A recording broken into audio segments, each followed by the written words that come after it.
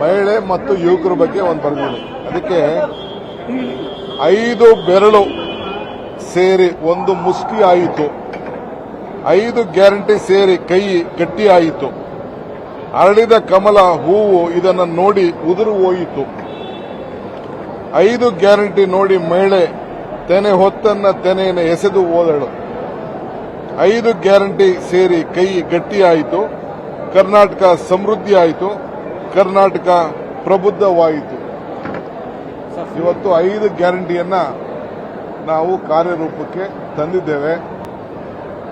ಜನವರಿ 12ನೇ ತಾರೀಕು ಶಿವಮೊಗ್ಗದಲ್ಲಿ ನಮ್ಮ ವಿವೇಕಾನಂದ ಅವರ ಜಯಂತಿ ದಿನ ಅದನ್ನ ಒಂದು ಚಾಲನೆ ಮಾಡಬೇಕು, ಆವತ್ತೇ ಅದನ್ನ ಮಾಡಬೇಕು ಅಂತೇಳಿ ಒಂದು ಕಾರ್ಯಕ್ರಮವನ್ನು ರೂಪಿಸಿದ್ದೇವೆ.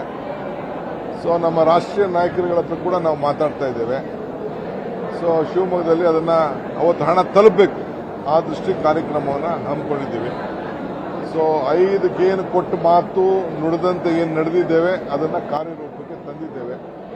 ಇದು ನಮಗೆ ಜನ ಕೊಟ್ಟಂತ ಆಶೀರ್ವಾದ, ಆ ಜನಕ್ಕೆ ಋಣ ತೀರಿಸುವಂತ ಕೆಲಸವನ್ನು ಇವತ್ತು ನಾವು ಮಾಡಿದ್ದೇವೆ.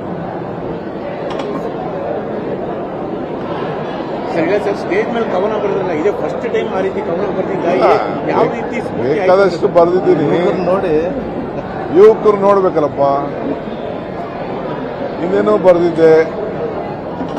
ಸೊ ಹಂಗೆ ನಮಗೆ ಜೀವನದಲ್ಲಿ ಒಂದು ನಾವು ಕೊಟ್ಟ ಮಾತು ಉಳಿಸ್ಕೊಂಡವಲ್ಲ ಅನ್ನೋದು ಒಂದು ಸಮಾಧಾನ ಬಂದಿದೆ. ಸೊ ನಾವು 5 ಗ್ಯಾರಂಟಿ ಅಂತ ಇದನ್ನ 5 ಬೆರಳೇ ನೋಡಿ, ಈ ಹಸ್ತದಲ್ಲಿರೋಂಥ 5 ಬೆರಳು ನೋಡಿ 5 ಗ್ಯಾರಂಟಿ ಅಂತ ಅವತ್ತು ನಾವು ಇಟ್ಟಿದ್ದೋ. 1, 2, 3, 4, 5 ಆಯಿತು. ಈ ಮುಷ್ಟಿಗೆ ಬಲ ಬಂತು.